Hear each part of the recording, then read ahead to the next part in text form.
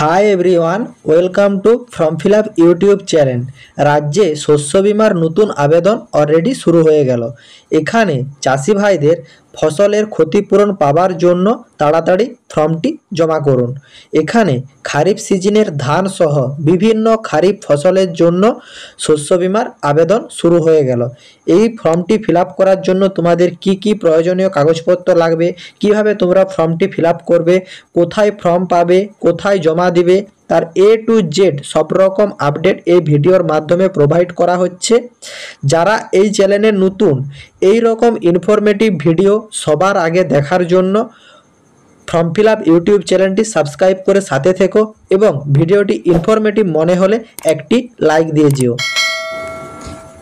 এখানে তোমরা সরাসরি দেখতেই পাচ্ছ বিএসবি মানে বাংলার শস্য বীমা খরিফ 2025 মরশুমের ধান সহ বিভিন্ন শস্যের জন্য বাংলা শস্য বীমার আবেদন শুরু হয়ে গেল। এই বছর তোমাদের কিন্তু এসবিআই জেনারেল ইন্স্যুরেন্স কোম্পানি থেকে তোমাদের কিন্তু শস্য বীমা দেওয়া হচ্ছে। গত বছর যারা যারা আবেদন করেছিলে তারা দেখেছিলে গত বছর কিন্তু আমাদের যে বাজাজ ইন্স্যুরেন্স কোম্পানি থেকে কিন্তু গত বছর শস্য বীমা প্রোভাইড করেছিল। এই বছর কিন্তু এসবিআই জেনারেল ইন্স্যুরেন্সের তরফ থেকে তোমাদের কিন্তু শস্য বীমা প্রোভাইড করা হচ্ছে।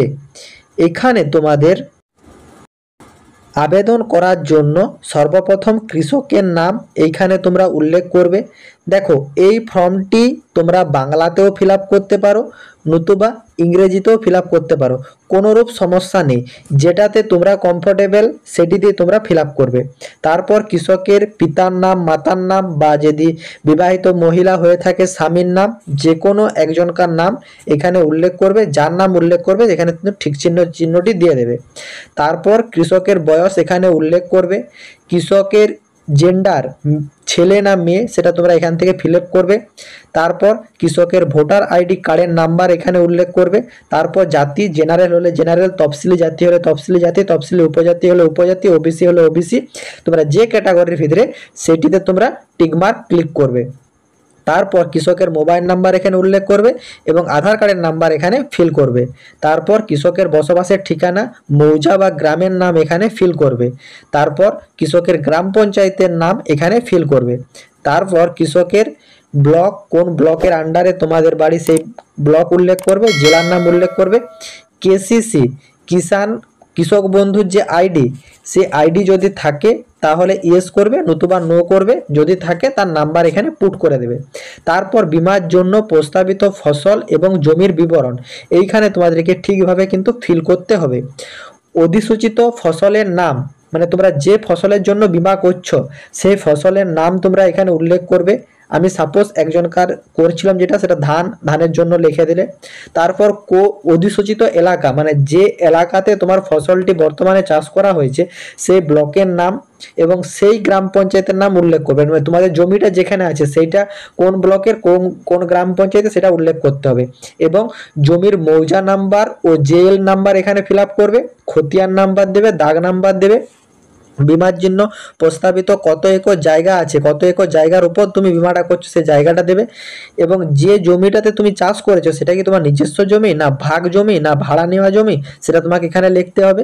তারপর তোমাদের কৃষক প্রদত্ত প্রিমিয়াম রাশি মানে আলু বা আখের জন্য প্রয়োজন, এটা কিন্তু তোমাদের ধানের জন্য করার প্রয়োজন নেই, আলু বা আখের জন্য যারা যারা করবে তারা এটা দেবে। তারপর তোমার ফসল রোপণের সম্ভাব্য তারিখ, কত তারিখে তোমরা ফসল রোপণ করেছো তার একটা সম্ভাব্য তারিখ এখানে উল্লেখ করবে।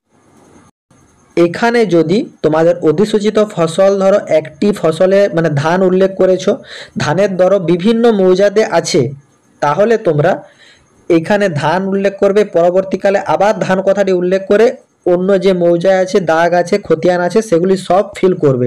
যতটা জায়গাতে তোমার ফসলের বীমা করতে চাও এখানে অনেকগুলো তোমাদের ব্ল্যাঙ্ক ঘর দেওয়া আছে।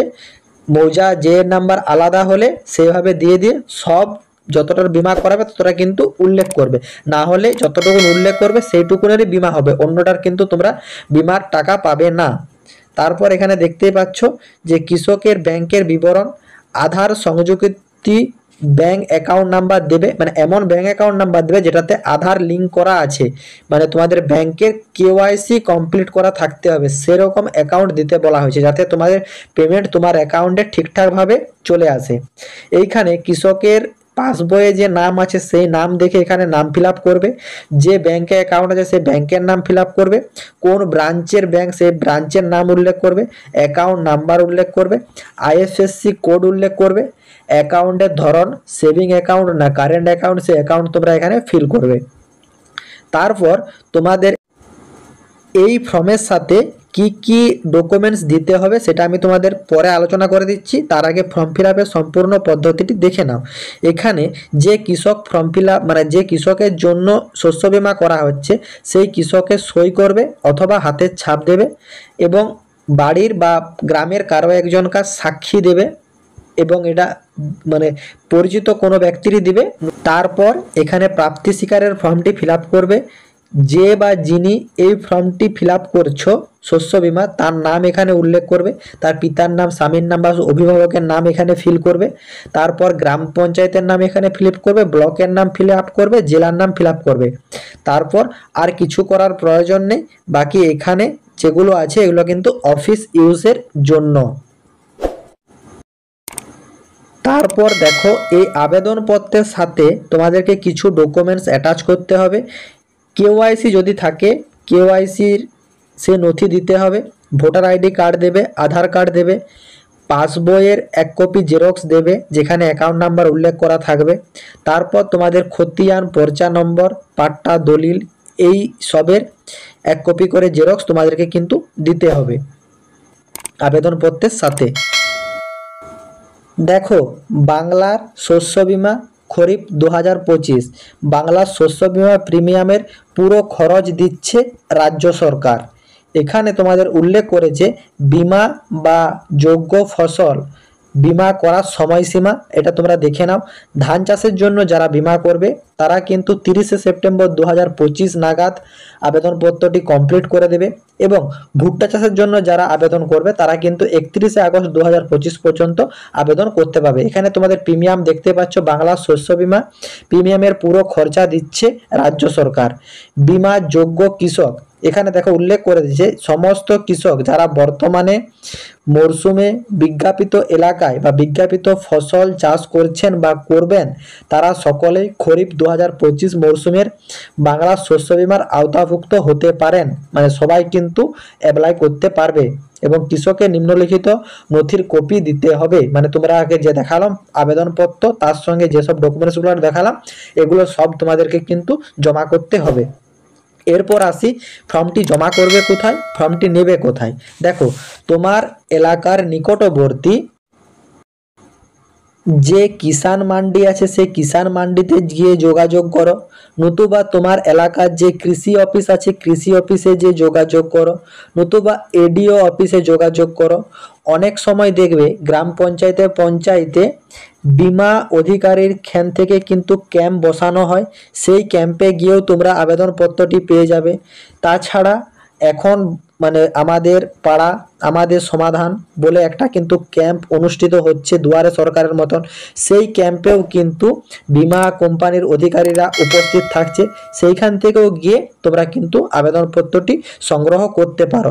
দেখো গভর্নমেন্টের থেকে রুল দেওয়া আছে যে তোমরা যেখানে থেকেই আবেদনপত্রটি তুলবে সেইখানে গিয়ে তোমাদেরকে আবেদনপত্রটি জমা করতে হবে এবং সম্পূর্ণ মানে যে অরিজিনাল ফর্ম সেই ফর্মে তোমাদেরকে জমা করতে হবে। জেরক্স করলে সেটা গ্রহণযোগ্য না হতেও পারে। দেখো অনেক ক্ষেত্রে জেরক্স করলেও গ্রহণযোগ্য হয়ে যায়, কিন্তু গভর্নমেন্ট রুলে যেটা বলা আছে এটাতে কিন্তু জেরক্স কপি গ্রাহ্যনীয় নয়। সেই জন্য তোমরা তোমাদের কিষাণ মান্ডিতে কৃষি অফিসে এডিও অফিসে অথবা গ্রাম পঞ্চায়েতে বা তোমাদের যে আমাদের পাড়া আমাদের সমাধান যে ক্যাম্প হচ্ছে যেখানে হোক যে যোগাযোগ করো, ফসল শস্য বীমার ফর্মটি কালেক্ট করো, তারপর তোমাদেরকে যে প্রসেসে দেখানো হলো সেই প্রসেসে ফিল আপ করে যেখান থেকে ফর্মটা তোমরা কালেক্ট করবে সেখানে গিয়ে জমা করে। আশা করি তোমরা বাংলা শস্য বীমার ফর্ম ফিল আপটি সম্পূর্ণ বুঝতে পেরেছ এবং তোমাদের কোথা থেকে আবেদনপত্রটি সংগ্রহ করবে তার ডিটেলসটিও সম্পূর্ণ বুঝতে পেরেছো। কারো যদি কোনোরূপ জিজ্ঞাসাবাদ থাকে কমেন্ট বক্সে কমেন্ট করবে, আমি রিপ্লাই দেব। এছাড়া এই রকম ইনফরমেটিভ ফর্ম ফিল আপের ভিডিও সবার আগে দেখার জন্য ফর্ম ফিল আপ ইউটিউব চ্যানেলটি সাবস্ক্রাইব করে সাথে থেকো এবং ভিডিওটিতে একটি লাইক দিয়ে যেও। টাটা।